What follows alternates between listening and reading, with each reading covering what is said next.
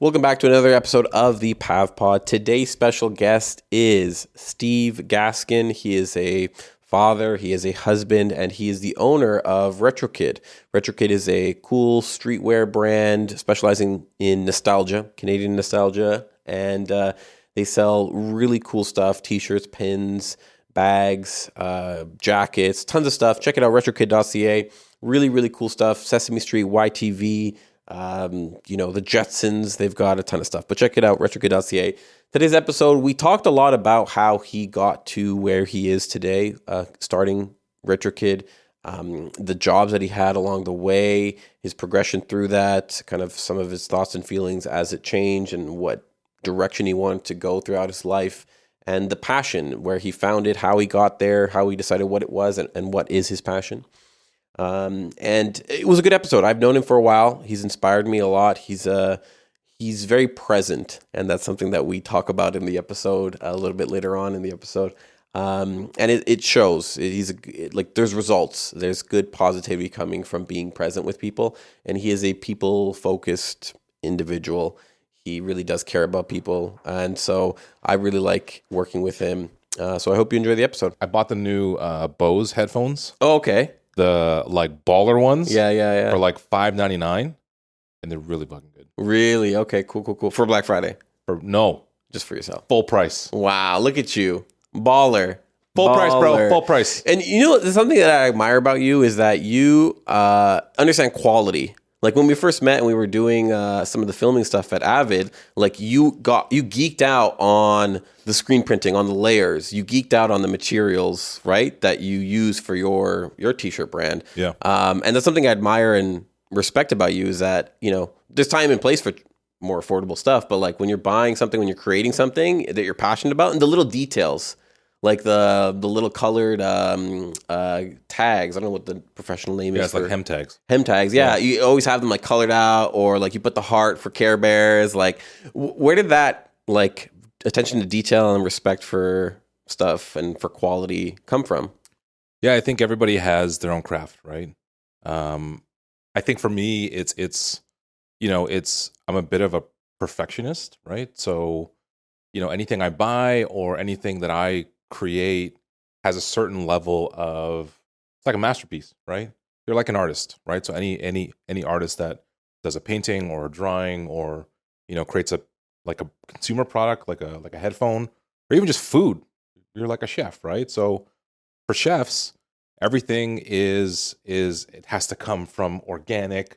This guy in Burlington who raises the cows from the calf stage, right?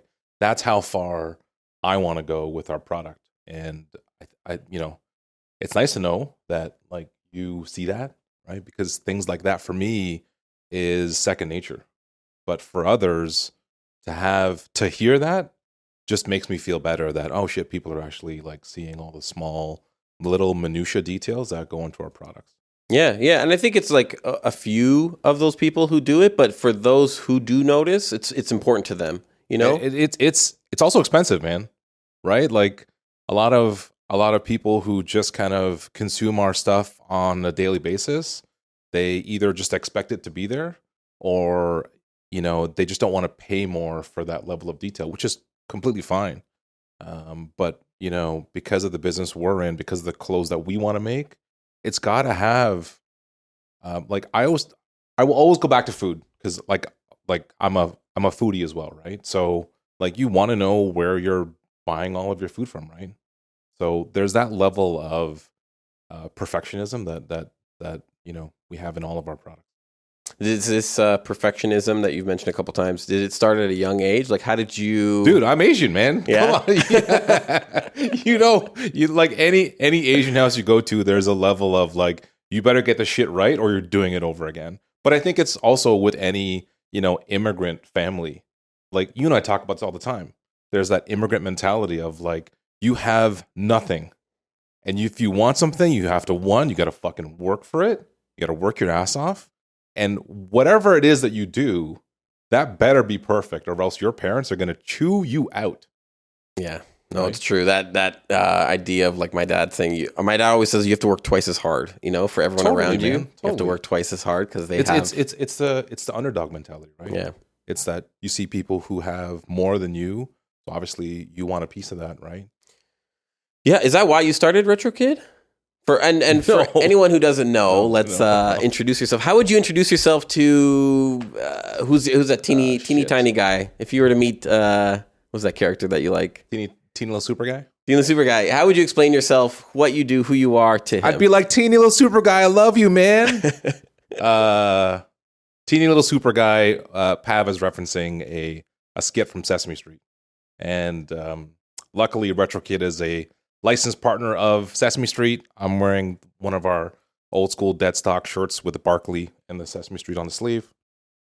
And let's see, if I met teeny little super guy, one, I would be like, dude, we made a fucking shirt for you, bro. Look at this thing, right? So I think that's the first thing I would say. But you know, if you're asking me from the business side, it's you know, I get to create clothes that I want to wear.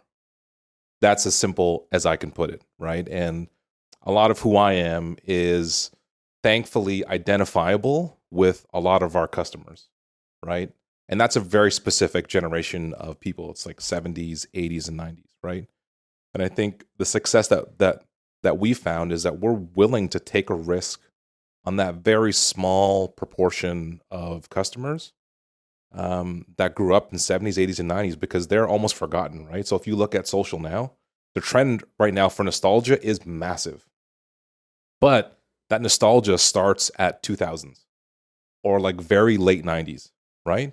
Because that's kind of the majority of people who are on the platforms. Who is underserved is my people, right? Like the old ass people that are, you know, 30, like late 30s, 40, 45, like I'm 44, 50s, and even some like 60-year-olds, they love our shit because they're underserved, right? So yeah, I mean, I would absolutely hug teeny little super guy, even though he's a cup. But yeah, it's pretty amazing to see, you know, what we've done with the brand in the last, you know, 5 years.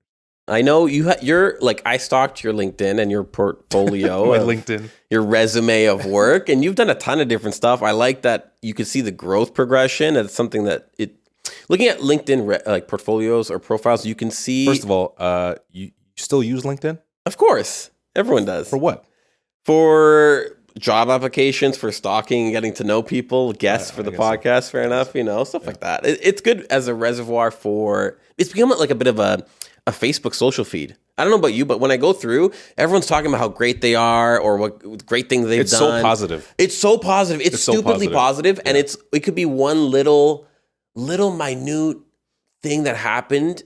I got a free cup today, and that made me think of my grandmother in the war and how the farmers back in California, and like just these random connection stuff. And there's a paragraph to one little thing. And I remember looking at, I'm not going to name names, but looking at this post thinking, this person does nothing compared to what they're talking about. Like it's just an echo chamber of positivity and gloating, which, you know, could be good for work. Yeah. But I dated a girl who just reposts everything on there. Like on LinkedIn. And like saw something and liked it and posted and shared it and like, come join us and da-da-da. And I was like, oh, like, I mean, it's too much for me, but I use it to find jobs. To lurk. And to find jobs. And looking at people's profiles, I keep saying portfolios, but looking at people's profiles, you can get a sense of like whether a company is good if you have a bunch of people who've worked there for like 11 plus years. You're like, oh, okay, this company doesn't seem to fire people most often. These people are loyal individuals. Yeah. Or you see like progression paths. You see like every year or two, they're starting a new company or starting at a new company and there's a new position. So like, okay, maybe they're more ambitious, they're hungry. You kind of can psychographically look at these people. And I looked at your profile and I see the progression starting from like Microsoft and working your way through as a buyer, senior product manager, all these like different positions. And then Retrokid. So did you know when you started off at Microsoft going to EB Games and you knew you were going to make a t-shirt company? No. This t-shirt business is exciting, but it's also pretty cutthroat and brutal, right? So if you're asking me, you know, how did I get here? the cookie crumbs of what you lurked on LinkedIn would not lead you to where I am today. You'd be like, dude, what the fuck? Like, how did you? This doesn't make sense. Like, the natural career path would be like you totally jumped off the cliff. So, I mean, yes. So, worked at Microsoft, worked at CIM, did all the brand marketing stuff and like all the experiential stuff. And for anybody in marketing, if you want to try something, like that is where you like get your feet wet, right? And then I went on to do product management because I wanted to create like a physical product, and that gave me experience traveling overseas, sleeping in factories, doing all that shit in China. And then where did I go after that? Anyways, long story short, that was like 20 years of corporate, right? So you have 20 years of corporate and you try to climb the ladder. It's a complete, rat race, which for me personally, I couldn't stand, right? I don't have to tuck in my shirt anymore or like wear pleated slacks. Like I don't ever want to fucking wear pleated slacks anymore. But, one day, so I got let go of a really good job that I had up in Newmarket, right? Which is just like 20 minutes north of Toronto. And I was there for like 7 years. I was like the senior product guy. I was like just doing some really cool shit. I was like sourcing drones and like doing all this crazy shit. And I got let go, right? Because in the corporate world, if you stay there for too long in not a corner office position, but you get too expensive for your role, right? So I was let go, and I was like, shit, what am I going to do now? So I was like, okay, well, listen, like I know how to build brands and I know how to like source product and just create really good relationships. So I was like, why don't I just start my own little kind of marketing agency? So I did that for about 3 years. I had 2 people on staff, and I basically did the same thing I was doing as a product manager, but help brands come from the US and like overseas and get them into like Best Buy, Costco, the Source, and like all these, retailers that you also work with, right? And I did that for 3.5 years, and thankfully, one of my competitors, who I'm still friends with, was like, "Hey, can we buy like all of your contracts?" And I was like, "Excuse me, you want to buy like my contracts with my clients?" And one of them was a very good client that I had met day one in China, had no idea what they were doing, and they asked me to help them basically bring them to Canada. And fortunately enough, I worked with them for about 2.5 years. Awesome brands called Tinco. If you guys want a really good vacuum, go out there and get it. They're like number one on Amazon. And we got them into Best Buy, Costco, and all those places. So that's my sweetheart story for my own business. So my competitor was like, "Hey, dude, we'd be interested in buying that contract and like some other stuff." I was like, "No shit." So, as I've gotten older, there's this feeling of I'm more spiritual. We've talked about this, right? Where, the universe will present opportunities for you and it'll open doors. If you fail to walk through that door, then your path may change slightly, but you may have missed like a giant opportunity. So it's not like I balled out at like a $5 million exit. Like that did not happen, right? But it was a sizable amount for me to be like, okay, great. The 4 years that I used to build this small, retail accelerator, I'm tired. I want to play more vids. I want to spend time with my kids and my wife. And it was just the right time. So I said, great, sign the deal, handed over like 2 or 3 contracts.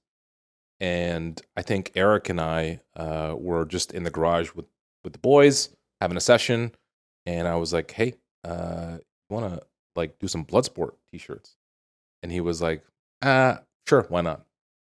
And in the midst of that, during the transition of exiting the company that I created, which was just this retail marketing accelerator, that's the fancy word that I called it, which worked, by the way. I took a course. One of my friends who I met on LinkedIn, see, so you're not lying. She started a course called the Passion Planner. So you paid, I don't know, I think back then it was like 8 or 10K. It was like a 2-week full day course, 5 days a week, 8 days in.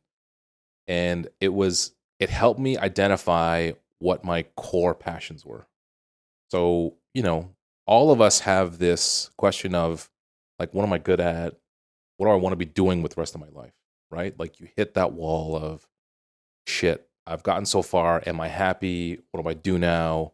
I don't want to be doing this for the rest of my life. So I was like, you know what? Let me throw some dollars at this and see what happens. So after the 2-week course, I came out of that knowing exactly what I love doing. And that was 4 things. Was 1, being creative. 2 was relationships. 3 was, I don't even remember what 3 is, but I came out of the course with a clear roadmap of, hey, what makes you happy?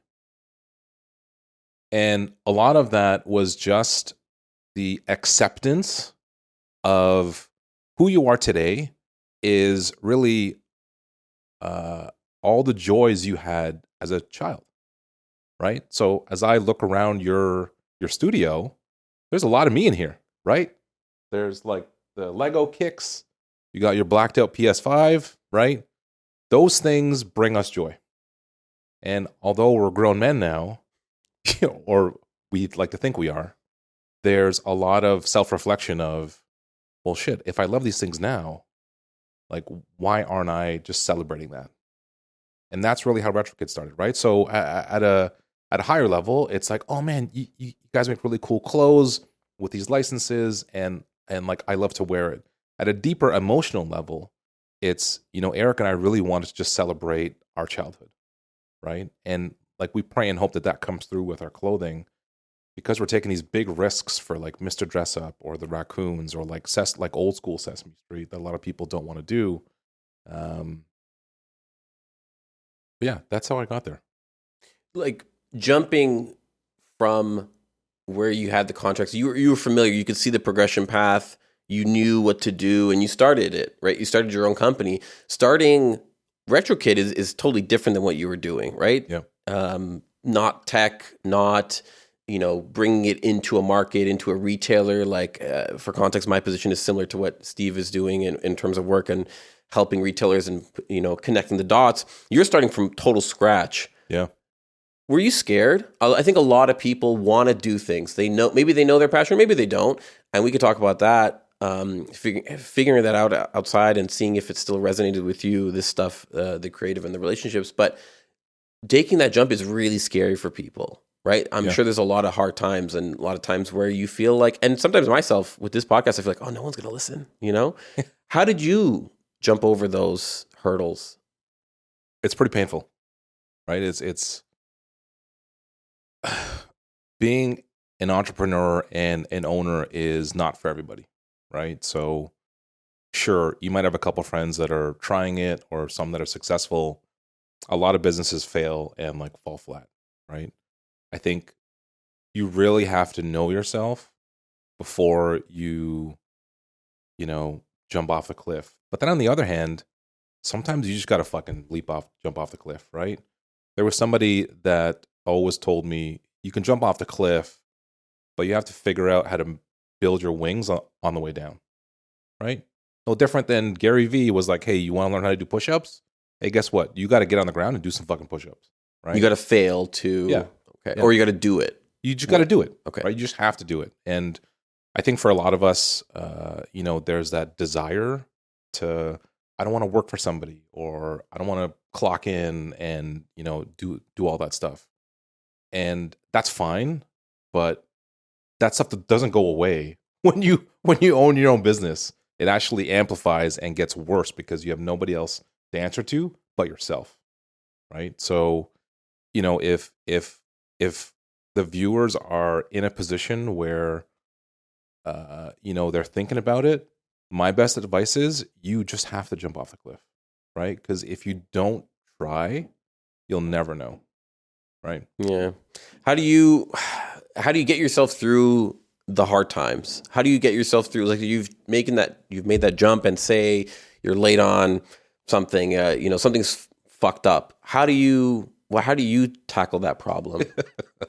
Because I've seen it in action. I'd like you to describe. Alcohol and drugs. There you go. I've seen it in action, and I feel like a lot of times people make those jumps, but then debilitated by a mistake, and they backpedal. They take. It's not for me. I've got hit in the nose.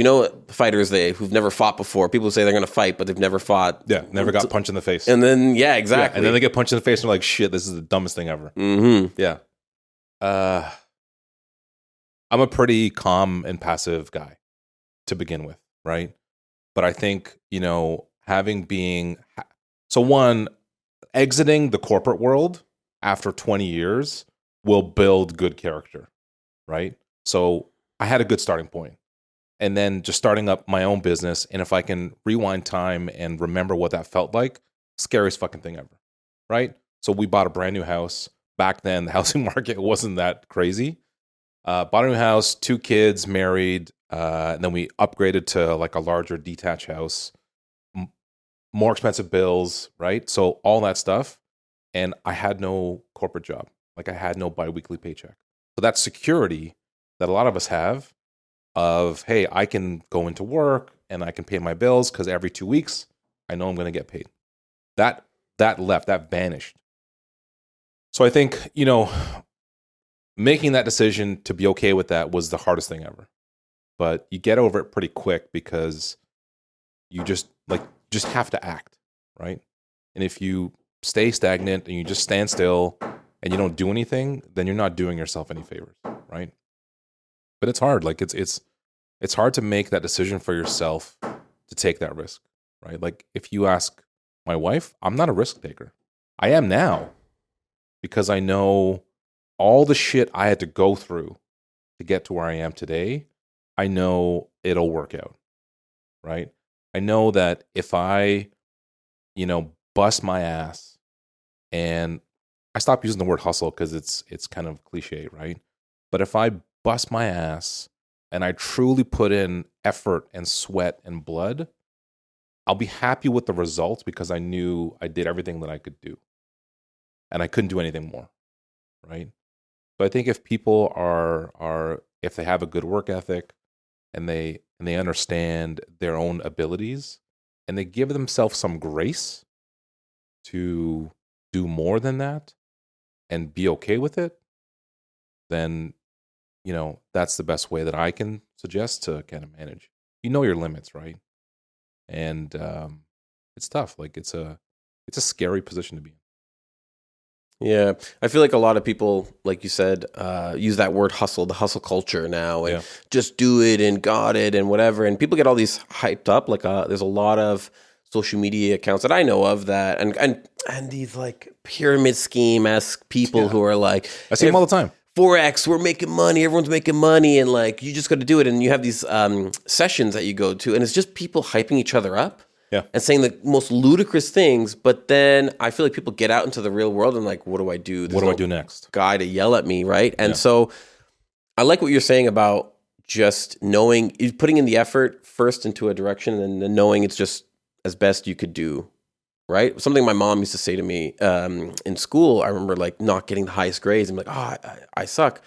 And she said, did you try? I said, yeah. Then that's all you could do. And then there's times where I didn't try. And she's like, okay, well then now you have room to grow. So that 60%, let's say, or that B could have been an A if you just put more effort. So like, why are you hard on yourself? But there's this expectation in society. And so I'm glad you're saying that, like, and you're saying you're not a risk taker. I'm not. But yet you took this risk to jump. What was that? I had no choice. Okay. Right? So when you back somebody into a corner, and you give them no choice, there is only one option to try, right? There is no other option, right? I got let go from a good paying corporate gig, right? Sure, I got severance and like package, but that quickly burns out, right? Because you have no other income coming in. So when you put somebody in a corner and there's no other alternative, and you know that you don't want to replicate the same rat race again and go back to corporate and do all of that stuff, which is fine for some people. I was at the point where I was like, listen, 20 years of corporate, I'm not doing this anymore, right? So I was backed so far into a corner, I was like, I have to try this. And you also need to, and this is also cliche. I'm going to try not to be cliche on this pod, but you have to have people around you that, one, support you, two, that are on another level, right? You need to have some aspirations and people you can look at and talk to about, hey, this is what I'm thinking. Like, what do you think? And for a lot of people, that might not be your immediate circle of friends, right? That might be people that are outside of your circle. So then you have to put on another hat and be like, shit, I have to go and get uncomfortable with new people who are way smarter than I am and like they've done so much more and like who the fuck am I? And like you go through that self-sabotage of like, I'm not those people. But you do have to have a good, like just one or two buddies or girlfriends, whoever, that will listen and support you, and hopefully that circle grows. But you also need people in that circle who are leveled up, because you need to see them. You need to see where you want to be, right? So I had like one or two of those people. I still call them today because I need that incentive to be like, oh my God, this guy's on like level 10 and I'm still on level 1. Like, how do I get to level 10? Is it like a mentor or like almost like a rival in the sense of like that motivates you? If you don't know me yet, like I'm super competitive. I know that. Right? I'm super competitive. So like it's not a rival because I don't, even though there are some competitive brands, I just need people around me that support me and who I can look up to and be like, oh man, this guy's doing so fucking good. Right? Like, how do I get to his level? Because I need, like, me personally, I need to model that. Graduating college was one of the jarringest moments of my life because it was like I felt like I was swimming and I'm snorkeling and I can see all the shells and the fish or whatever, and then I get to the edge of the abyss and it's just darkness and I'm like, oh shoot, I want to go back now. Turn back around. Right? And I feel like I couldn't, obviously, because I graduated and it's so structured and they help you and it's great, and at least my university, my college was. But yeah. How do you find that passion? Because a lot of people are lost in life sometimes, It's tough, right? Because how old are you now? I'm 29, just turned 29. You're going to hit a point where you're going to be like, you're going to look backwards, right? And you're going to say, shit, is this what I want to be doing for the rest of my life?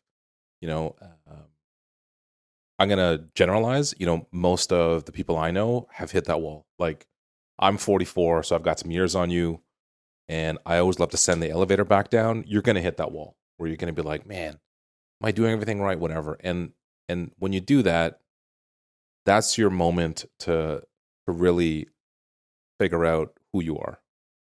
And I think that's at the core of kind of what you're asking, right? And really, when were you truly happy, right? Dude, I was truly happy in grade 7, sitting in my buddy's basement, playing PlayStation all day, right? So I'm like, was that like when I was really happy? Yeah, man. That's when I had no bills to pay. I had no girlfriend, right? I was sitting in the basement. I rode my bike to my buddy's house, right? So I was completely free. So when you realize that, then you start to ask, okay, well, how do I relive that? How do I add elements to my life that bring back that sense of joy? Like, if that's my happy place, right? Everyone tells you if you're having a shitty day, go to your fucking happy place. Like, if that's your happy place, then let it be your happy place. But then how do you bring that back, or how do you integrate that into your adult life, right? And a lot of people will be like, that's just your childhood. You're so much better than that. But a lot of other people will argue that most of the joy that you have as an adult now is from things that happened when you were a kid, right? And if you can figure out what those moments are when you're a kid, that's exactly what you should be pursuing right now as an adult. But how do you integrate that into a career and a job? Is it because you were playing games and watching like these shows? Is that why you started that? Like, and how do people? Yeah, how do you tell someone that? To say like, hey, figure out how to take you that and make it really, because it doesn't sound like you're riding bikes. You definitely don't have a girlfriend. You have a wife, and you're not sitting in your basement playing games, are you? I kind of am still. Fair enough. But I get what you're saying. But what would you tell kids to tell their parents? Almost like, hey, mom, don't worry, I'm gonna become a professional gamer. Like, that's a hard sell, especially to immigrant parents. Yeah. So total fucking hard sell. So, I think there's a few old school paradigms that need to be shattered, right? And, to your point, if I were to tell my parents that, hey, I'm playing video games and I'm making bank on playing video games, they would totally dismiss it and be like, you're fucking crazy, go be a doctor, right? But that old paradigm, is baggage from old, immigrant parents or just the older generations, right? They just don't know.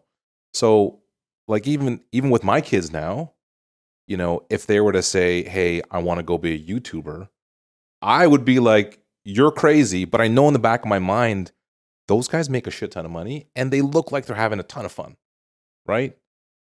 So I think anybody who's in the position to one, identify, what their actual joy is and like how to create that, man, there's so many opportunities nowadays that if you're willing to do like a podcast, or if you're willing to do like, dude, unboxing still blows my brains. Like, I don't know how these kids or teenagers just like get shit for free because they're sponsored now, right? Set up a camera, hit record, and they get like 1 million viewers just because they're opening a box, right? Like, I think in today's world, there are no limits, right? I think it's just changing of the guard and some old expectations, especially from our parents, from my parents, need to be shattered, right? Where, yeah, if you love playing with trains, that's a fucking YouTube channel, right? If you love playing with Legos or collecting shoes, that's a YouTube channel. You just have to be crazy enough and like love what you're doing enough to let that energy travel through the internet, and hopefully you'll make a business out of it.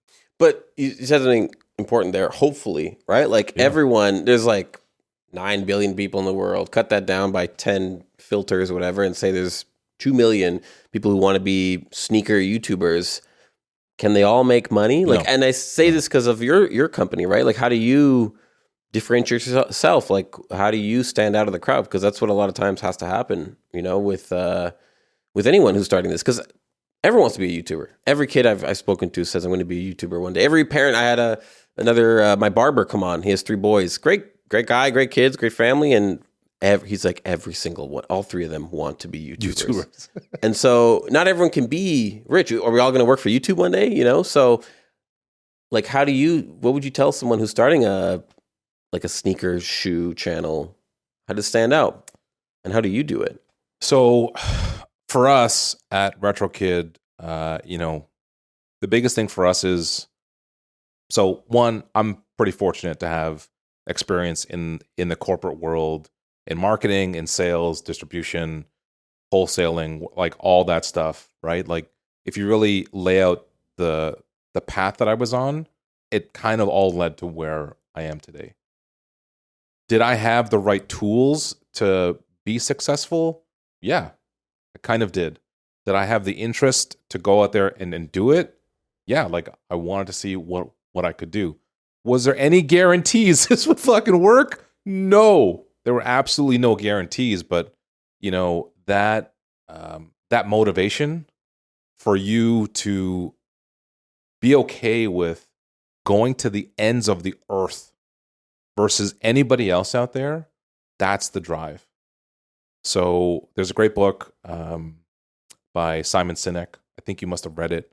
It's Start With Why. Yep. Right? There's he did this incredible TED Talk where he basically, talks about, you really have to figure out what your why is, right? If you can figure out what that is and let that permeate and marinate with everything else that you're doing. And your why is not to create cool t-shirts. That's not Retrokid's why. That's not my why. I mentioned earlier that my why is to just celebrate my own childhood. So it's a little bit selfish, but if you start with that and you kind of let it radiate out into a business, then it's like, great. Well, what can I create to do that? Sure, could have did a podcast, could have done like a full media channel, right? But we chose fucking t-shirts, right? But yeah, like, you have to That book is great, by the way. So anybody, watching, listening, I would totally recommend to go out there and grab that book. But you have to figure out what your why is.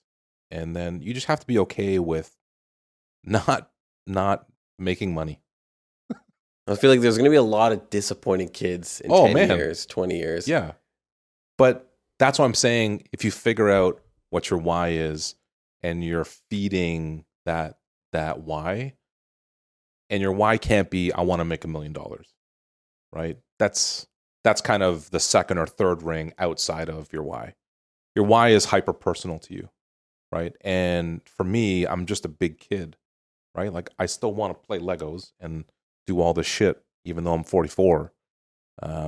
But if you can figure out what that why is, then that'll help you be okay with not being successful, because you've also defined now what your success is, right? It's not, making $1 million. Sure, you gotta, pay the bills, feed the kids, pay the mortgage, do all that stuff. But, the why for Retrokid isn't, to be profitable. And, if I take off my CFO hat, that'd be like, what? Like, why did you guys start it? And like, what's the point? But I think that's what's gotten us this far, right? Is to really, you've heard this before. We always put people and product above profit, right? And, any good marketing person will tell you that. The CFO person would be the opposite, right? They'd be like, you're crazy for starting a business and putting people and product before profit, right? But that's how we started Retrokid. Yeah, no, I see it. I feel it, working with you and being around you and stuff and being at the events and seeing you interact with people. It's really admirable how if money can solve a problem, and I use this as like the size doesn't work or there's no system to return, like there's no second guessing with you. It's like, you don't like the size, we got you, we'll replace it, no problem. There's no, and some CFO may say, well, it's merchandise, we have to repack and reship and clean, and we can't sell it and all that stuff. I've never seen a customer leave upset with you. I didn't get a receipt, I didn't do what. It's always, we'll figure it out, no problem. Like, customer's always right, I guess you could say.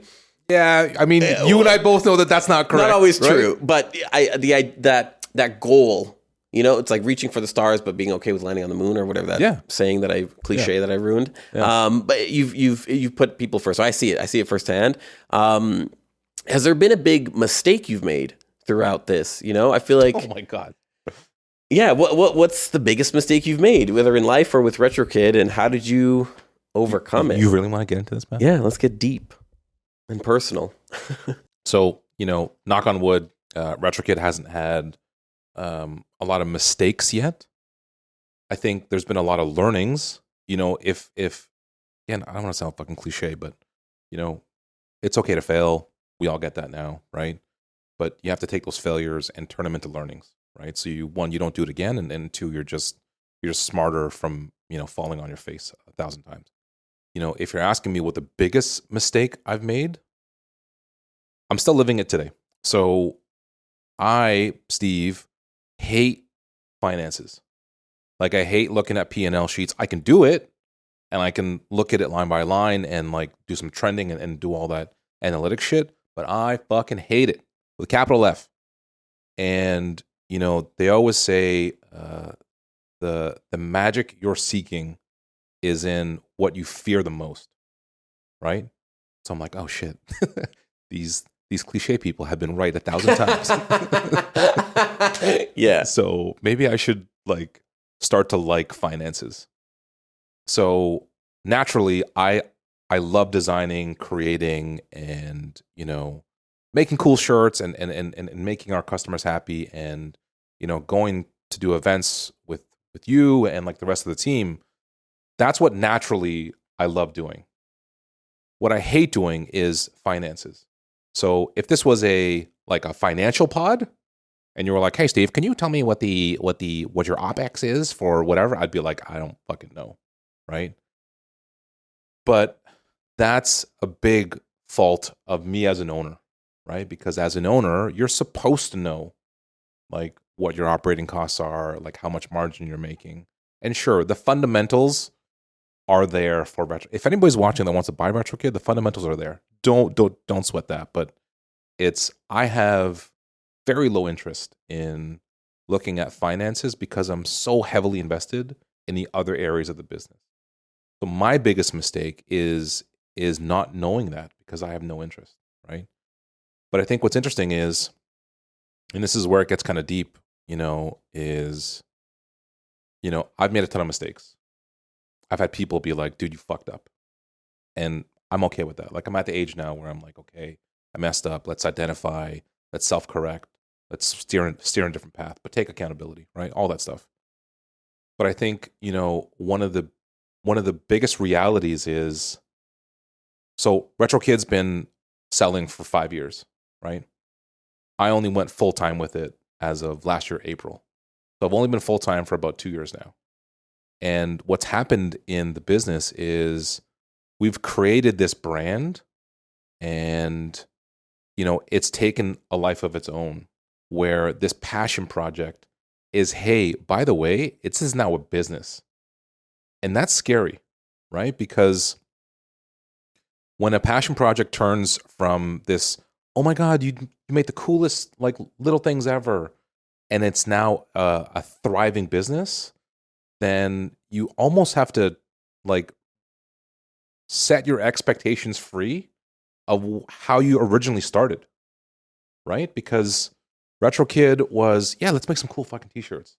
Let's see if they sell.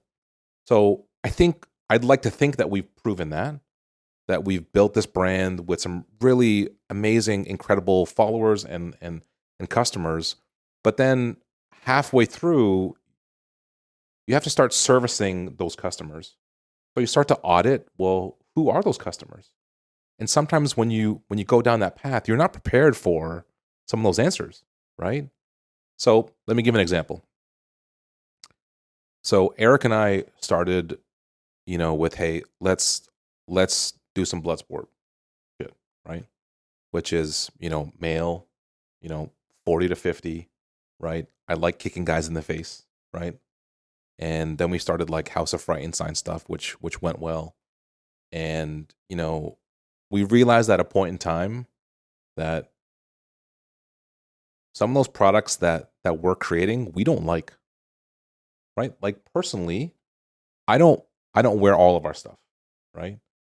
But we create these collections that are hyper curated, that nobody else has done before, and some of the products that we've created, I don't love. I like them, but I don't like them, right? And I think it was that point in time where you're starting to realize that this business may not be precisely what you wanted to do, like from day one, but that's okay, right? That's okay because at the core of it, you're still like loving, celebrating your childhood. And the position that we're in right now is we've created this audience, and we're trying to figure out who this audience really is. Like, who is the real core customer of Retrokid? And I'll ask you, because you've seen a lot of our customers, you've talked to them, and you've been in some of the meetings where we create designs. It's a very wide spectrum, right? The spectrum is like from X to like ZY, right? For all those XL people out there. But there's a point in time where your passion project, if you're lucky enough, if you've put in enough work, turns into a business. And you have to ask yourself, is this why I started the business? And if it's successful, that's a very difficult decision, because you're like, wow, this business is actually thriving, right? You may not be making a lot of money, but you've built a brand that people are resonating with. And then you go back to your day one self and you're like, is this what I wanted to do? And sometimes those two results may not align, right? You might be like, wow, like this is not what I want to do, but we've done this thing. So now how do I service it, right? So that's a little bit of like super deep with what's happened with Retrokid, right? Sure, I would love to do a full line of Bloodsport and Predator and like all of these things that I love, but the audience we've created might not resonate with that, right? So we have to continue doing stuff that we still like doing, but it may not be, what we want to do since day one. but that's okay, right? But it's also like you're talking to, one of the co-founders of Retrokid. So that's what goes on in my brain. Are we creating products that are servicing the audience that we've created? And it becomes less about myself and Eric, more so about the people that we're trying to, make them feel good about their childhood. It's not so much us anymore. Yeah, you're serving them. Yeah. Right. You can't go wrong with that. But is that a mistake, or do you feel like that was? First of all, Pav, there are no more mistakes in life. For sure. Right? For sure. I guess my goal for this question that I'm asking is like, what do you do? How do you, maybe a better way to rephrase this, how do you respond to a mistake? I already feel like I already know, but I kind of want to know, was there a big mistake that you've had that you're like, shoot, I need to reevaluate? And something I know of myself is when I'm not happy with something, when I feel like I've fucked up, I get to this point where I'm like, okay, clean the whole slate and we need to redo everything. And it could be as simple as, I remember doing a live stream for the company I work for on Amazon Live, and I tried to do this gimmicky thing. It was cold out. This gimmicky thing, it didn't work. Basically just flat out failed. It was very embarrassing. I cut the stream like 30 minutes shorter than it needed to be. Yeah. Because I was embarrassed. And I remember sitting on the couch and being like, I need to redo the way I do all of this stuff. Now, did I need to do that? No, I'm probably a little dramatic that way. But I know that's how I respond. And I just say, I'm very black and white in that regard. The doctor says you're B12 deficient. Boom. Every day I'm taking a B12 pill. No questions asked. That's it. I think it's like I just have to reevaluate everything. So that's how I handle my mistakes or what I feel is big failures. I'm curious to see how you respond to those. How do you get through that? Because people handle it differently, but I'm curious, is there a way out where people don't get stuck in a loop of they feel like a failure? They let that failure define them. And that's my goal with this question, is to kind of see, how do you get out of those slumps? How do you put a positive spin? Because in my mind, I'm just black and white. I look for the result, the answer, the solution, and there is no, I don't feel like it. I'm low B12, so what my doctor said. So every day I take a B12 pill. If I miss a day, sure, but you can check my Apple Health tracker. I've been taking that medication every day. So I'm rambling now, but so let me self-assess you, Pav. So I think you and I are both fixers, right? And there are different people who manage, failure and getting shit wrong, and they take in information differently. I'm a fixer. So if there's a problem, like A plus B equals C, 1 plus 1 equals 2, right? Sometimes 3, depending on who you are. So I think in terms of handling failure, if you're asking me personally, you have to be dragged through the dirt a lot to develop thicker skin and anticipate and forecast and do all those things. I think I'm at the age now, and I've been through so much shit over the last 25 years, like in corporate and in marketing, where you're almost bulletproof, right? It could be maturity, right? But it's also experience, right? We'll go back to boxing. You take a right hook to the face like 3 or 4 times, you're going to know when that right hook's coming the 5th time, right? But you have to take that right hook for the first 4 times for your body and your mind to predict when that right hook's coming again. And I've taken a lot of fucking right hooks, right? It's a tough road to, do things you want to do, have confidence in yourself, give yourself some grace, right? I think that's also important. But I think you really have to give yourself some grace with failing. And I know, people are always like, failure's cool. Like, that's one thing to say it, but it's another thing to actually feel it and be okay with that, right? My kids are young, right? Like, my daughter is just as ambitious as I am. And when she fails, she breaks down, right? So, to have us there as parents to support her and like try and shake her out of it, it's tough, right? Like, I think it's tough for a lot of people to accept failure, right? It's one thing to say, oh man, I probably should have done better, or I could have done better, or this screwed up. You're just recognizing that. You're not accepting it, right? To fully ingest it and understand what you've done and kind of all the impacts of that is admirable. But it's tough, right? But I think you have to go through, you've got to take a couple punches to the face so you know what that feels like, and then you can somehow predict when that right hook is coming again. And the only way you can do that is, again, you have to get on the floor and do a couple push-ups. Like, you're never going to avoid failure. It's coming. It's part of the process. And again, super cliche, it's just part of, winning and losing, right? For you to win, you probably have to lose 10 or 20 times, right? You're never going to be winning all the time. Feel like that happened with Retrokid? Do you feel like you've lost more than you've won? I think, we've been pretty lucky so far. Do I lose sleep over when that failure is going to come? All the time. Like, I don't sleep anymore, dude. Keeps you up at night? It keeps me up at night, man. Like, I always tell everybody, I'm now in a position of, one, as a father, a provider, right? Father of 2 kids, a husband, and a partner to my wife, where just as men, we naturally need to provide, right?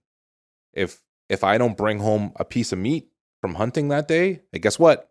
We're not eating, right? And everyone's going to be like, bro, dad fucked up. Like, he didn't bring home the meat today. And that keeps me up at night. But, I don't think, or I haven't seen it yet, maybe just from my corner of the office, like, I haven't seen Retrokid fall flat yet. I know it's coming. I know that right hook is coming. I just don't know when. But I do know that when it does happen, we have a really good enough team to help recover and, get back up and figure shit out. I see you're comfortable with yourself. Like, you're okay to be... Because I'm old. Okay, so I was going to say, how does that... You got to get old, Pav. So when you become older, you just don't care. Yeah, like they always say, once you pass a certain age, and like for most men, it's like 40 to 45, right? That's where you're at that stage of like, I don't give a fuck what anybody else thinks, because I've been through the shit. So what about someone who, like, I think of like the high school kid who, is coming into their own, it's awkward, the hormones are everywhere, acne, all that stuff. Like, how do you, gotta go through it. You gotta go through it. Yeah, like my daughter is at that she's at the start line, right? She's 12, she's trying to figure it out, and like all of the trauma that I had when I was 12 or 11 in grade 7 or grade 8, it comes back because she's basically holding up a mirror and she's like, oh, I'm having, these problems. But it's a reflection also on you, right?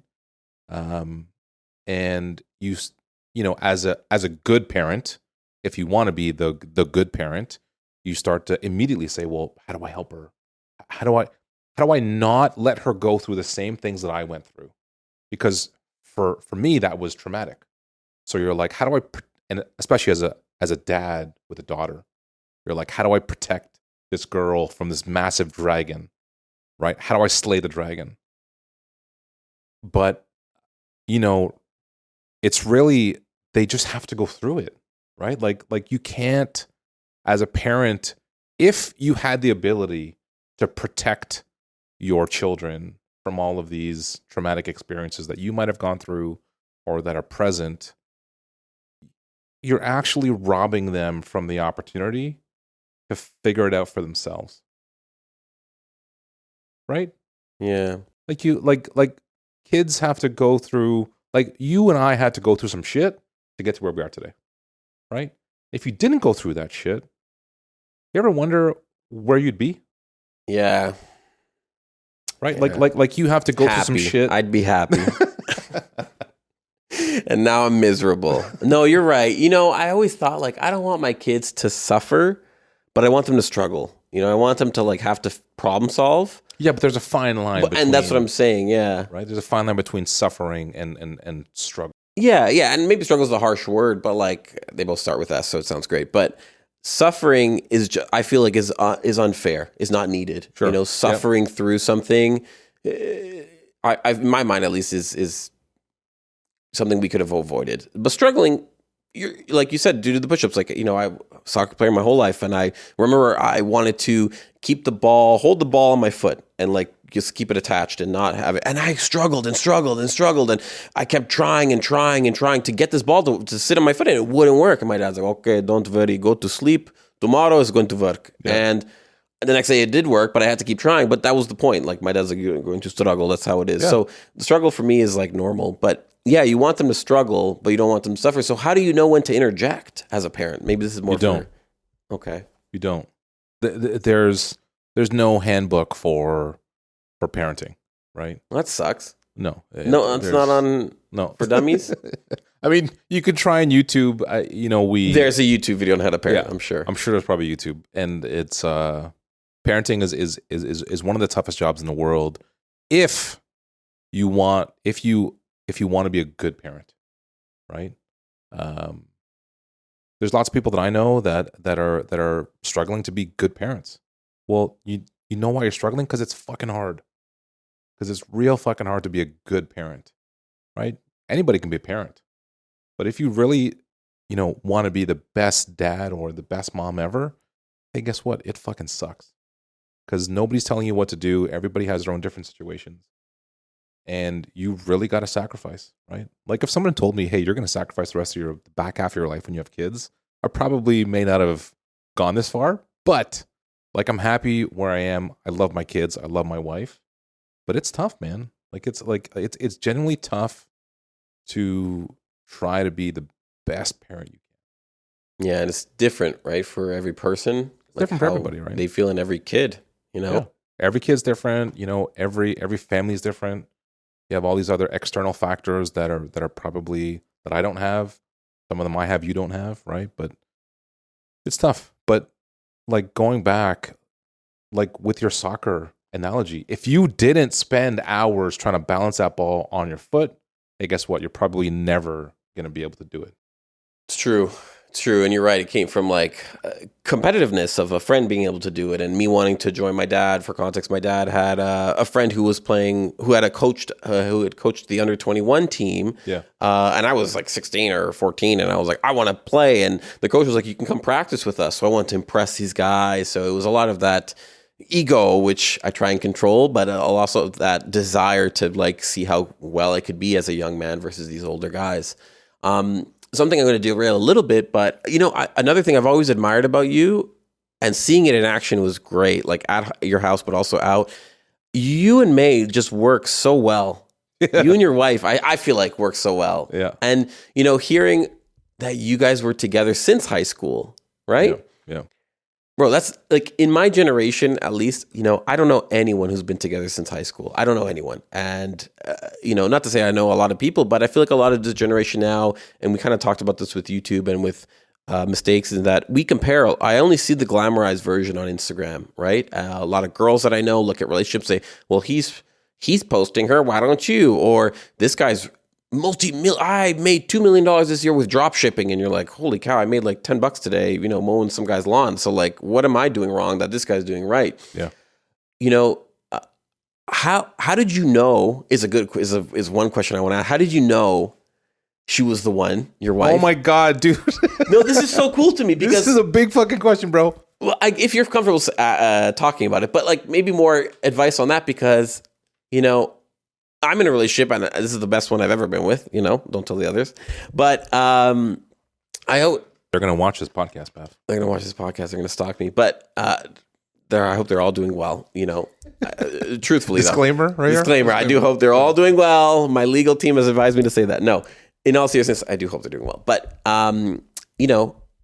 you're in a relationship, you think it's great and it is great, but how do you know someone's the one for you? And I use the analogy. I think this generation is going to go through, and mine and the next ones, and societally, my grandma, 1935, she was born. She had like one boyfriend, and that was it. Which is her, my grandpa. And that's fine. It was a small village that she was from, so it kind of made sense. But now we have the options of Instagram and Hinge and all this stuff. Like, how did you know? And what advice would you give to someone who's like deciding or wondering? I don't think I knew, right? There's never one point in time where, obviously when you look at us, you're like, oh my God, everything's working. How do I get that? What's the one thing I can do to make that happen, right? Naturally, anybody would ask that, right? The truth is, I didn't know, right? I met her in like grade 13 when there was OAC back in the day, and like we had our ups and downs. I think the one time, that I knew. So I now believe in that if, again, it's cliche shit, if something's not right for you, right, it'll either come back or it'll just you'll never see it again. But that's what the universe wants for you, right? And, again, like we took a couple breaks and she came back, right? And I came back to her. And it was, we're pretty fortunate, right? So if you look at our circle of friends and like the couple group, all of us, there's like 4 or 5 different couples. We've, known our partners since high school or since university. And that's, to your point, extremely fucking nowadays. But I think we've been so lucky and fortunate to have people like that since we were teenagers to grow with, to learn and fail and live life with. That's extremely rare today, right? And really the foundation is trust. And I think that's could be, one of the challenges with today's dating world and just meeting new people is how do you fucking trust somebody like on the first date, the second date, and then even for the first couple months, right? Because I would protect that with my life, right? So how do you allow yourself to be open and to be vulnerable and to be authentic and also give away that trust with with a complete stranger? That's scary as shit, right? Because I'd be like, I don't know if I want to like show them who I really am until further on into the relationship, right? So my wife and I had been together for I don't even know how long. It's been a long fucking time, dude. But she's basically the second or third employee of Retrokid, even though she doesn't technically work for the business. Because I've known her for so long, we finish each other's sentences. She knows like where I fail, she like kicks in. So she knows I'm sales and marketing. She's like operations and finance, right? And she doesn't give a fuck what you guys think, right? But you need that in a business. And, to be able to live life with her has been incredible. But I know I'm one of very few, guys, husbands, boyfriends that have that opportunity. Right. And I don't know how you're doing it, but I mean, you seem pretty happy. But, in the couple circle, we always joke about, oh man, like what would it be like if we all just got fucking divorced? And I'd be like, what the fuck do I do? Right? Do you go on dating apps? No, everybody's complaining about dating apps. Like I would just be like, I'm going to go hang out at Indigo. Because that's where I would think like smart, like women would go and hang out. And they're not necessarily looking for somebody to pick up, but I might meet somebody. You know what I mean? I don't know. We always joke about that shit. Do you feel like you're like, so it's interesting. I feel like a lot of kids now or there's a lot of jokes now of like the weird guy hitting on you and girls being like, ew, oh my God, like don't talk to me. Yeah, like you're a creep, because of historical context and pop culture and all that stuff. So like, I feel like your generation, maybe it was more accepting to be approached. it's hypocritical too. I hear some girls saying like, "No one talked to me," It's like, well, because we're scared of getting me too'd or whatever, because I'm saying hi to you or being like, "Oh, you're disgusting," and you're like, "Holy shit." Okay, sorry, just asking where the bathroom is. Yeah. How you think you'd still do that today? And was it a big thing for you to go hit on chicks? No. I wasn't felt nervous, and I wasn't that guy in the mall like chopping numbers and. So now you're going to chop people at Indigo? Yeah, man. So you just don't care because you're older now. I would totally go in like the self-help section. Okay. Because I'm like, okay. She's going to think you're desperate and you need therapy if you're in the self-help section. Probably, but I'd be like, okay, and if that aisle doesn't work, like I'll move to like the cooking section because I'm like, okay, either this girl wants to know how to cook. That's a good one. Or like she is interested in cooking. Yeah. And I was like, if this girl can cook, like that's one thing checked off. That's but so it's misogynistic of you. Why don't you cook? I do cook, man. Oh? God damn it, you haven't even ate my food. Anyways, enough. Back to your question about you. What did you ask me? How would you would still go approach girls today? Oh, right. So you were making a claim that the generations are different, right? Yes, yeah. I would absolutely agree with that, right? So, this is one of those like, well, back in my day, Pav, like back in my day, there were role models, right? And those role models were like nuclear family, white picket fence, 2 kids, nice house, treat your woman right, chivalry, open the door for women, right? Obviously there are some bad parts of that generation as well, which we're now better human beings to recognize that and like saying no when to stop. But, I always look at the younger generation and I'm like, shit, there are no role models because all the celebrities or even some of the influencers that are married, guess what? They're divorced. And who just got divorced recently? Someone got divorced. I was like, no. Like a big celebrity? Yeah. I don't know who it was, but I was like, no, like they were like one of the few left who I don't know who it was, but there are very few role models for, young people to look up to and be like, oh, that's how I should treat my wife. Or, oh man, that's how I should discipline my kids. Right? Because nowadays the content we're consuming is not interested in any of that shit. It's all like, let me find the best looking ass, right? The best looking TNA. And if I don't like that, I'll just swipe left or swipe right. Right? So on one hand, the access and the convenience is there, but because of that access, am I limiting myself to some of my options? Right? It's tough, man. Yeah, we sound like such boomers here talking about back in the day. I told you this is back in my day. Yeah, I know, you're right. It's definitely interesting what's the future of families and relationships look like. And well, if you look at the, I think a couple years ago, the statistics of the rate of marriage has like drastically either cut in half or it's like non-existent. Because the definition of marriage now is just not, it's not something a lot of younger people or even some older people that I know are just like, I'm not going to get married again. Right? But coming from like an immigrant family who is Catholic, that's what you're supposed to do. Right? You're supposed to find somebody, you're supposed to be committed, get married, have kids, and then die. Right? Like that's what you're supposed to do, bro. But nowadays that definition is probably on its head of, hey, if I find somebody great, but I'm going to make sure I'm going to make myself happy. And that happiness may not be with sharing stuff, may not be with somebody who I'm willing to sacrifice for, because my happiness comes from just doing some selfish stuff, which is okay.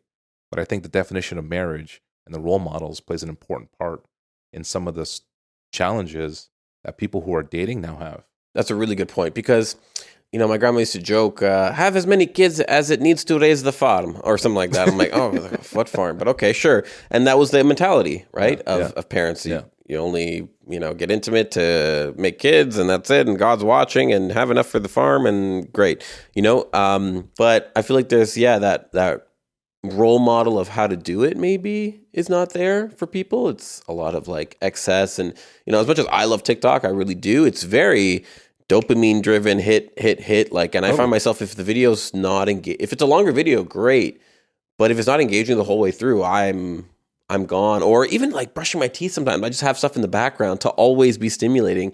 And so I wonder how that plays into relationships of like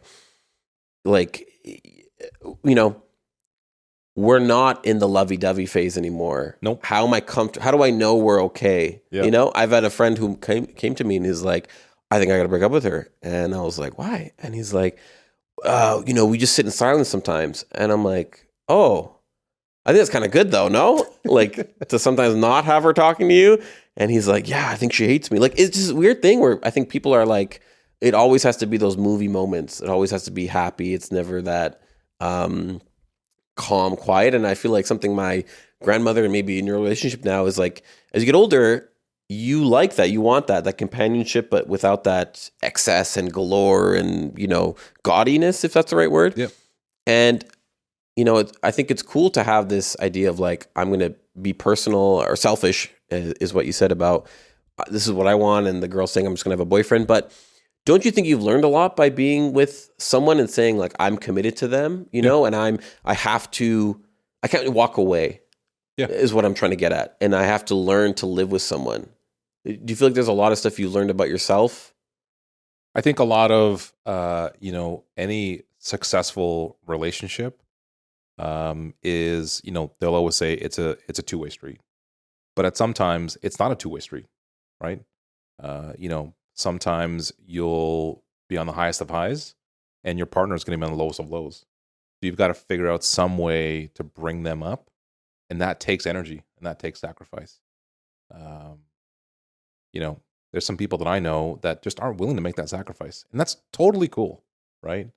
And that might be, seen as selfish, but if that's what makes you happy, then go ahead and do that. But I think for any, I'll bring it back to, hey, you see myself and May as like, oh my God, you guys get along so well and like everything works. But that's taken a ton of work and sacrifice to get to where we are today. A lot of people that I know or knew aren't willing to make those sacrifices, right? Aren't willing to say, hey, you know what? I'm not going to hang out with the boys tonight because I know I haven't seen you in 3 weeks. I'm going to stay home. They're like, no, I fucking want to go have a couple drinks with the guys and like have a smoke and good, right? But that damages the relationship, right?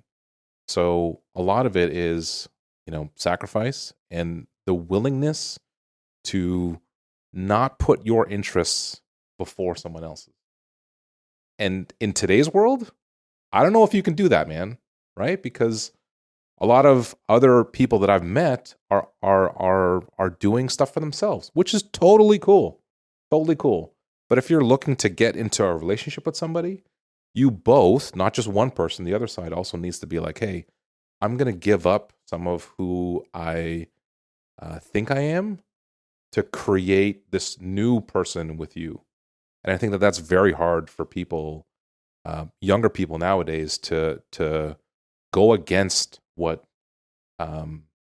social content is basically telling them to do. Yeah, it's hard. It's hard to let go, and that's something I feel like people grow like either into or out of, as like talking about teenagers, talking about getting older, and you're more comfortable with yourself with age. And I've talked to other people, and they've said the same thing: is that changing who you are, that identity. I love video games, like you, and I've played video games, and I have like 400 video games on my Steam library. Literally 400 games. I can't remember the last time I've played a game. Do you know what I mean? Like, yeah. I just have so much other things to do that I can't be that person that does that, But it's hard, and it's easy with games because games aren't going to call me and say what's wrong, But I have friends who, one friend of mine is a tattoo artist, and for a few months he didn't talk to me while he was apprenticing and learning how to tattoo, and I was like, whoa, this guy sucks, Like, I helped you get that, and it bothered me. It's hard. Like, our relationship was strained, so to speak, and now we're friends. We hang out because he makes the time. But that's something I had to say to him, and like, hey, bro, like, if you want to be friends with me, you don't have to sit with me every week, and we don't have to have Saturday off for the boys. But like, let's plan every month. We hang out once a month, and just go get a coffee and sit in the car and talk, or go to watch the basketball game. You know what I mean? Something like that. So I feel like it's hard for people to let go of that. It's a little scary. I'm rambling on this topic, but it's scary for people to let go of stuff, to say, I got to get out of this relationship. It's not good for me. I got to stop. But it's also scary for you to identify that, like, this is what I need in a relationship, right? So, like, I'm going through this now with, like, some of my friends, where it's like, hey, because of where I am, because of the success that I've defined, and just kind of where I want to be, hey, here's the things that I need to, like, continue to be happy in the relationship, right? And that could also be there for them, where they're like, hey, dude, I don't want to do the things you want to do, so the relationship needs to change. But I'm okay with that change, right? Some people aren't okay with that change, right? Some people aren't okay with changing, because when you change every 5 or 7 years, you have to take off the hat that you've worked so hard to put on and be that guy, and then you have to be somebody else. And for me, for you, for a lot of people, realizing that is difficult, right? Because you're like, shit, this person isn't who I thought they were. But the fact is, they still are. They're just a different version of who they were when you first met them, and that's okay, right? But I think it's you being able to tell the tattoo guy, hey, if you want to have this relationship, here's the things I need. Like, a lot of people can't do that, right? Because they're either, one, afraid to have the conversation, or two, they're just not self-aware enough to be like, hey, like, what do I need for my own happiness, right? And then being able to communicate that, it's difficult, man. Yeah, a lot of trial and error for that. I feel that, and I love the dude. I really do. I've known him since high school. He's one of my best friends. I know he's an asshole. He's a little more selfish than my other friends. So I go to him for certain advice, because I'm like, oh, look, man, I'm feeling down. And he's the guy who's like, we're at the golf course and I had broken up with a girl, and he looks at me before he swings and he's like, you could do so much fucking better, bro. And just swings. And but, like, you need guys like that. I need that, exactly. You need guys like that, right? Exactly. So I know who he is. We hang out, we miss each other's calls when I'm traveling or he's traveling or whatever. So we still have that friendship, but like you said, it's changed. It's not going to be Saturdays are for the boys. He also has a girlfriend. It's all, so do I, and all that stuff. So it's all, we understand as we get older, but it's hard to know what you need, right? Yeah. And it, speaking of friends, something I really admire about you as well, I'm just saying this a lot because I do admire you, Steve, is that your ability to make friends is great. Like, you're a people, but that relationship stuff is cool. Like Cardinal and you talking, crazy. And Sean and Russell Peters, Sean Desmond and Russell Peters and all that stuff. Like, is there something you do to make friends? And I guess my deeper question here, and the meaning is, like, I feel like, I hate to be that boomer who's like, oh, kids are on their phone all day long and they don't know how to socialize, knowing full well when I came home, I got my turquoise Game Boy Color, and I'd come home and slide the clear one? No, solid color. Solid. Okay, excuse me. All right. Yeah. And I had the Pokemon Silver with Lugia, and I would play that for hours when I got home under the lamp, because it wasn't backlit, the Game Boy Color. But my point is, how do you go about making friends, and how do you build these strong relationships where you guys talk not just about work, but about friends and family? Like, is there some advice you can give to people about making friends and relationships? So, I mean, I don't think I'm the archetype for anybody to be like, hey, just do what Steve's doing, then you'll make a whole bunch of friends. As I've gotten older, the reality is your friend circle actually gets smaller, right? Because you have less and less, like, time becomes your currency, right? So you have less and less time to spend with the friends that you grew up with, or whatever it is. Hopefully those friends will still be there when you need them. But again, that those relationships can change, they can weave in and out, but they'll kind of always be there. I think if you're asking me what the secret sauce is on how to make a friend, is, I just learned this recently, is if you want to be a friend, you actually have to be a fucking friend, right? So you actually have to take interest in, like, what, like talking to Cardinal, like, we literally, he bought one of our shirts one day, he posted us, and, like, that guy is an incredible North Star for me, because his his energy and his positivity to just complete strangers is like off the charts, right? So, one thing led to another, and we sent him some shirts, and then he was like, yo, bro, just come meet me at a fucking Elgin Mills one day. And I was like, all right. And it was like -20 outside, and we sat outside for 2 hours with my trunk open, and we gifted him like a nice leather jacket, and he was so thankful. But we just started talking, right? It's the gift of gab coupled with authenticity and really just being a good human being, right? Like, it's no different than you and me sitting down right now and having a natural conversation, right? Like, it's very easy to talk to you, but it's taking interest in what that person does. What does the gift of gab mean? What does that mean? You have to be able to listen. Oh, right? Like, is gab a word? I don't know. Oh, okay. Sorry. Continue. Yeah, gift of gab. What does that mean? I think it was created in the 1960s, Pav, from the origins of. I think you have to be able to listen, right? I think one thing with myself is I'm okay not talking. Like, I'll just sit here and listen, right? I'll have some things to say afterwards, and I'm also pretty opinionated. Everybody will tell you that, but you have to be able to listen, man. Like, if you can't fucking listen well, then no one's going to want to talk to you, right? And it's also luck, right? Like, meeting Cardinal, getting invited to Russell Peters' house, thanks to Eric.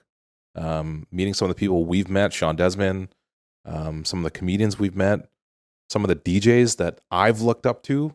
Dude, to have the Sesame Street pop-up that you were at, I was a kid in a candy store. Because to have, starting from scratch Bastard, Four Corners, Agile, and who else was there? Arctic was there. To have those 5 guys, that's like royalty for DJs.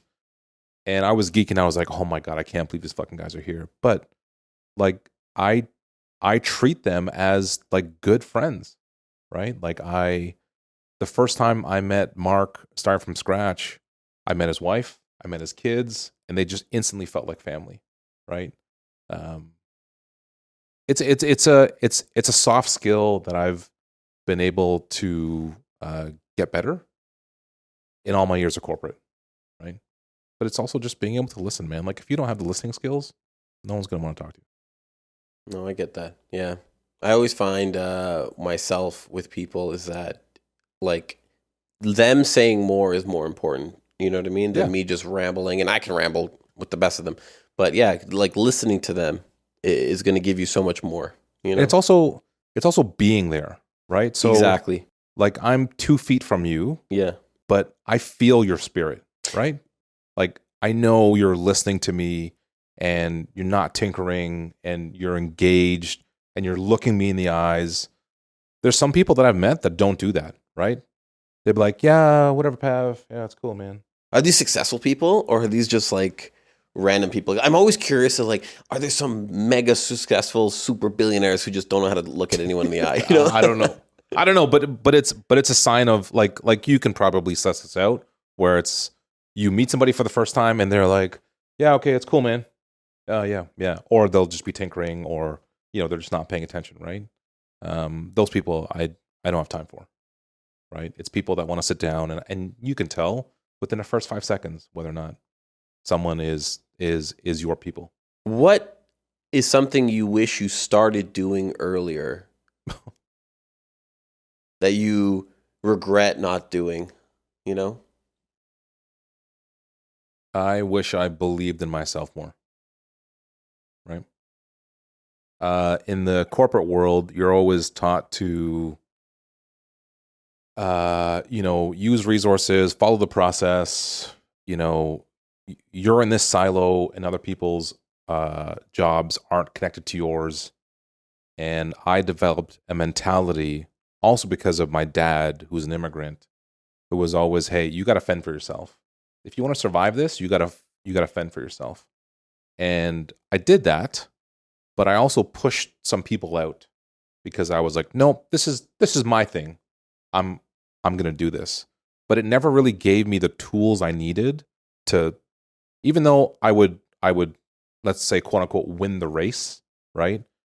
I never I never accepted that, my motivations and my abilities got me there, right? So I wish I just had more confidence in myself that things are working out the way the way that they're supposed to. But what was that? What does that mean? Supposed to? How do you know it was supposed to? You don't. And this is a lot of like Yoda level shit, right? But because like when the clock turned 40 years old or 42, there was an awakening, right? There was a scary part of reflection on like, shit, I'm now 40 years on this planet. What have I done? And also 40 years looking ahead, what am I going to do?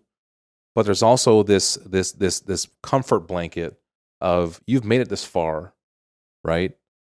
Look at what you've done and be okay with it, right?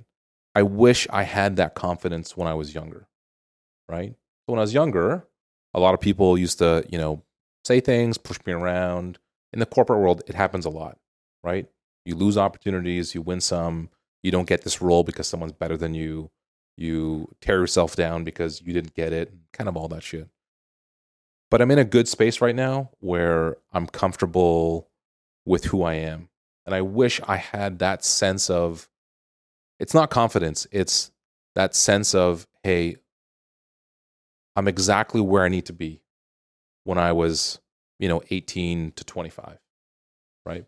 But you got that from doing things, right? You said at 42, you're like, I've done all this stuff. I'm comfortable with this. But at 21, let's say you didn't do any of that stuff. So how do you? Yeah, at 21, I was still playing bids in the basement.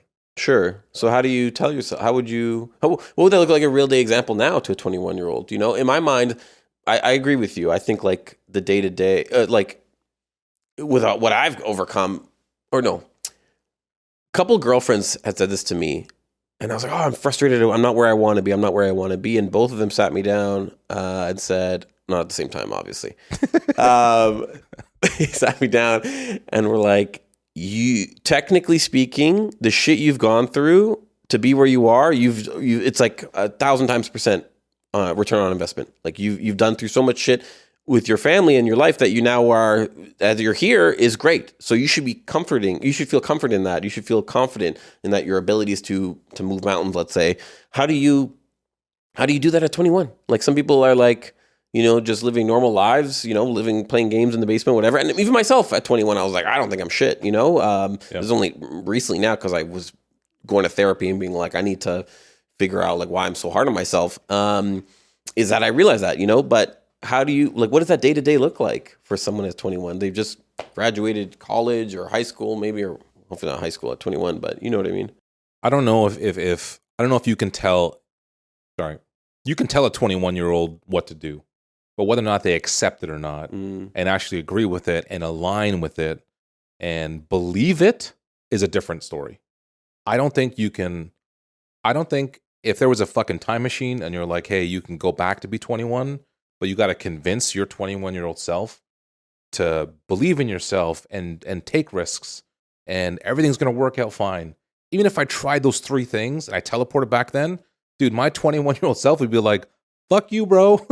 Like, I got to go and play some vids tonight and like go to a club and do all this stuff. So I don't think my future self or my now self could convince my 21-year-old self to do that. The maturity wasn't there. The opportunities obviously weren't there as well. And again, like I'll go back to it. I needed to go through all of that shit to get to where I am today. I don't take anything away from that. Right. And it's not like I had a tough upbringing in the streets of Scarborough. Like it was a pretty easy, life, but there was some trauma, obviously. And my parents worked their ass off to protect myself and my sister and to give us a life they didn't have, right? So was it easy? I mean, maybe, right? But my parents were strong workers to protect us from all the outside evils of the world. But I wouldn't be able to convince my 21-year-old self on what I know today to believe. And yeah, it's just not. It's not like you see all the movies where like there's a fucking time machine And like Marty McFly has to go back and like tell his former self. And he's like, what are you doing here? 1, 2, yeah, right, buddy. Right. And it takes a full length hour and a half movie for Marty McFly to convince his old self to like do this, to just flip a switch. Right. So then do you want to change your answer on what you... No. I mean, no. No. You still say just believe in yourself? Yeah. Yeah. If I could believe in myself in terms of, hey, you're going to have to go through some shit, but everything's going to work out in the end. That's what I would do, but it would be very difficult for me to convince myself at 21 to actually believe in that. Cool. Okay. Awesome. Sorry, it's not the answer you wanted. No, it's good. It's whatever you want to make it. Do you know what I mean? Like, it's whatever you think is the right answer. You know, everyone's going to have a different answer on what they wish they did. Some people maybe make the big mistake with someone that got away, right? The one that got away, and I wish I stayed and went through it. You know, sure, my generation or the generations after will have a lot of people that they're like, fuck. Yeah, I if you asked me this 10 years ago, when I was 35, 34, might have been a different answer. But because of where I am in my life, you know, I don't have a lot of regrets, right? So when you ask me like, what's the biggest mistake? There kind of isn't, right? Because I've accepted the shit I've had to go through as, hey, the world, the universe had to put you on that path for you to go through that stuff to get to where you are today. So if I didn't do that, I don't know where I'd be, right? But if you ask me when I was 35, I probably would have been like, oh yeah, dude, I totally fucking would have done this and done that and be like $1 million richer. Yeah, sure. But where I am today, I'm very comfortable with the decisions that I've made and, you know, what I'm, you know, predicting for the future. But I think that's maturity. I was going to say too, like, you can't, like, it's almost like you can't bottle that up and sell it to someone at 21 because you just have to, it just has to be what it is. Like, if you were to like just tell someone, and let's say you convince someone, then their whole life would be different if they just let go of everything at 21 and said it's okay. They're not going to go through those failures, right? Or they wouldn't feel the pain. Yeah, I mean, you and I could sit here for hours and talk on the pod, but if nobody does anything with the information, then what's the point? Yeah. Right?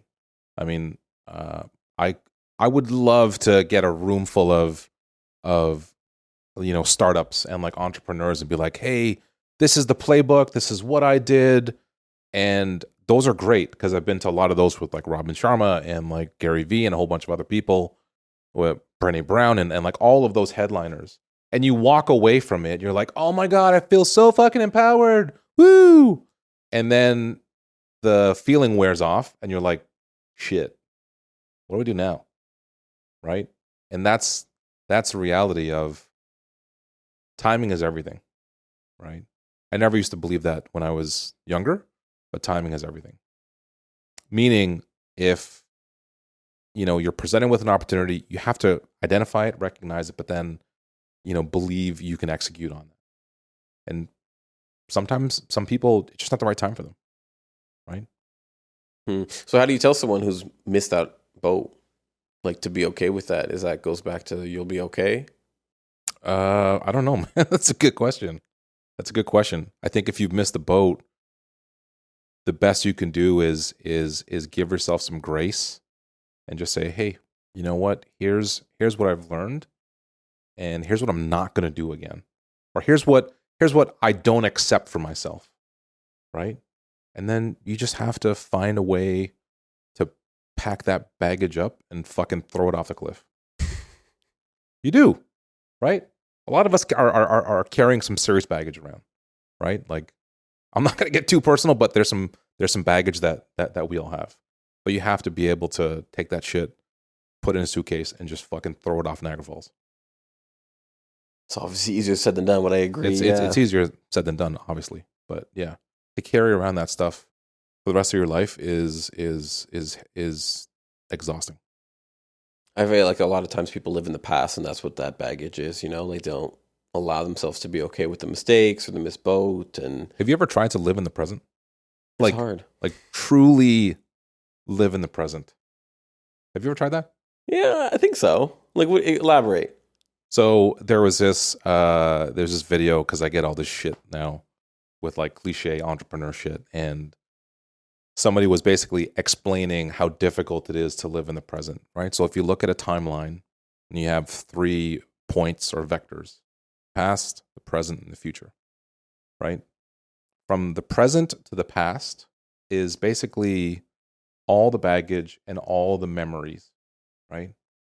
And the problem with living in that spectrum is that you're living off of memory or things that have happened already, right? The inverse of that is you look at the future side. So you say, well, I'm going to live for the future, right? So that's from the present to the future. The problem with living in that spectrum is that the shit hasn't even happened yet, right? So when you take a look at those 2 spectrums, right in the middle is the actual present, right? So in my mind, as I sit here, I'm like, oh, I got to leave this fucking podcast soon because I have to go pick up some shit and blah, blah, blah, blah, blah. That's the future. When really I should be saying, hey, I'm sitting here with Pav right now, having this fucking amazing conversation about just life, right? And I'm trying my hardest to live right now at this present time. And I've tried to do that for the last couple months. And it's a whole new world, dude. It's a whole new world because your actions aren't based on your fears of the past. And it's not based on what you're thinking might happen in the future. Like, I've always admired people that just kind of show up to things completely carefree. I don't give a fuck what happens. This is the best time of my life. I'm like, how could you be doing that? Like you have bills to pay, you have all the stuff to pay, right? So I'm really trying my hardest to live on that single point of reference, which is like the present. And it's really difficult. Yeah, no, totally. I can't imagine that. Like, my past motivates me to not have to go through that. So then I plan for the future, and then I'm excited and motivated by the future. Right. And then... But you can see the problem with that, right? What's the problem? Steve, this is great. Well, the problem is you are not spiritually connected to what's happening right now in your home. Yeah. Right? With who's sitting in front of you, right? You're already thinking of, hey, I got to be respectful of your time because you need to leave, right? Or like, shit, I have some things to do. Or, fuck, my girlfriend and I got into this fight, but I'm here with Steve, right? It's a humbling exercise that if you're able to actually be in the present, which is extremely difficult, actually it changes everything you do. Yeah, no, I know those people. I went to college with a couple people in my class, and I went to college, and a couple people in my class were like that. And I don't know where they are in life now, but I always imagine they're like on top of a mountain in Tibet, just right, levitating, with with not a care in the world, and they're multimillionaires, and they don't even care, or they're broke, but they're happy as hell. True. I keep throwing money into this thing. It's going to make me happy. But no, you're right. And I feel like I have those moments. I feel like a good thing to have is to know when to be in the present, when not, when to plan, when to reminisce. Because, those things like the rivalry or I keep saying rivalry. I know it's not the right word you want to use, but that competitiveness comes from remembering. Like the ball thing, the trick now I show kids playing in the park in the building here in the house, I show them like, oh, it's so cool. It's because someone else did it and I wanted to do it and I want to show, and now I can show them and teach them and help them say, guys, keep your other foot planted and all that stuff. So it's good to think of the future and to plan, right? To put money away for your kids for school or to save some money and not buy everything for Black Friday or whatever. And it's good to remember the past and the good times we had with my grandma who has dementia now. I don't think of her as her present, which is not there. I think of all the good memories we have. But too many people live in solely the past or the present or the future and not in the present and not trying to enjoy it. So, you and I have talked a lot about the pressures of taking care of your parents, right?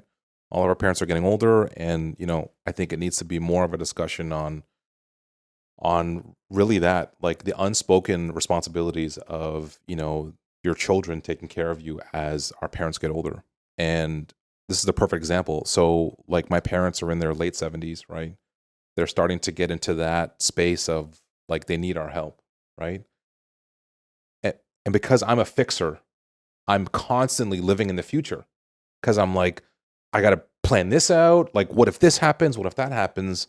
When really my parents just want me to go over to the house and just fucking hang out. That's all they want to do.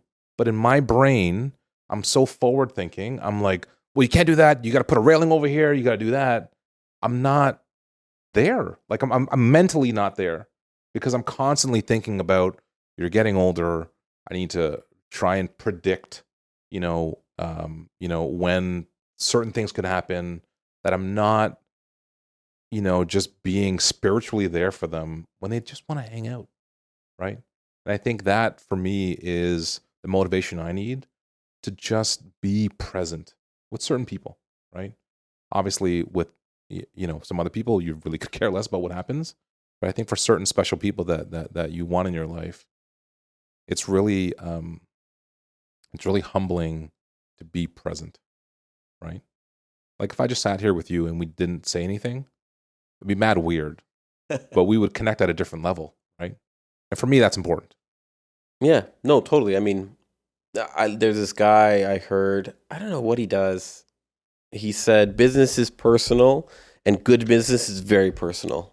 Yeah, there you go. Right? And that's a good one.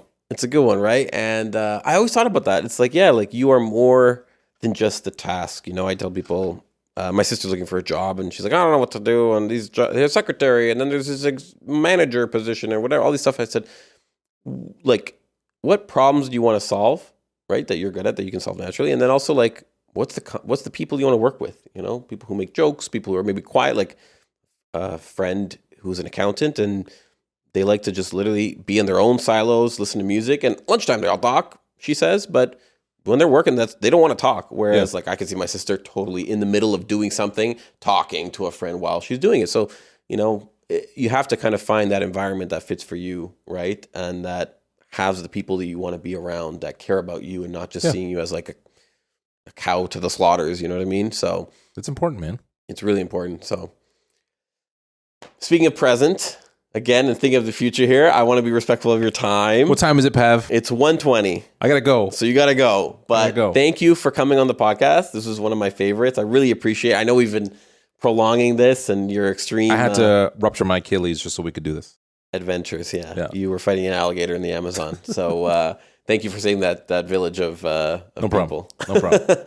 But thank you for coming on. I appreciate it. And maybe we'll come back on soon again. We'll talk about... I'll be here, man. Yeah. Awesome. Thank you. And shout out to Retrokid. Go check it out. If you want any really cool, nostalgic t-shirts, you want that feeling, that conversational piece, that sticking around shirt. It's my favorite right now. Real mature Bradley. That's what I'm getting at. So check it out, retrokid.ca, and I'll see you guys next time.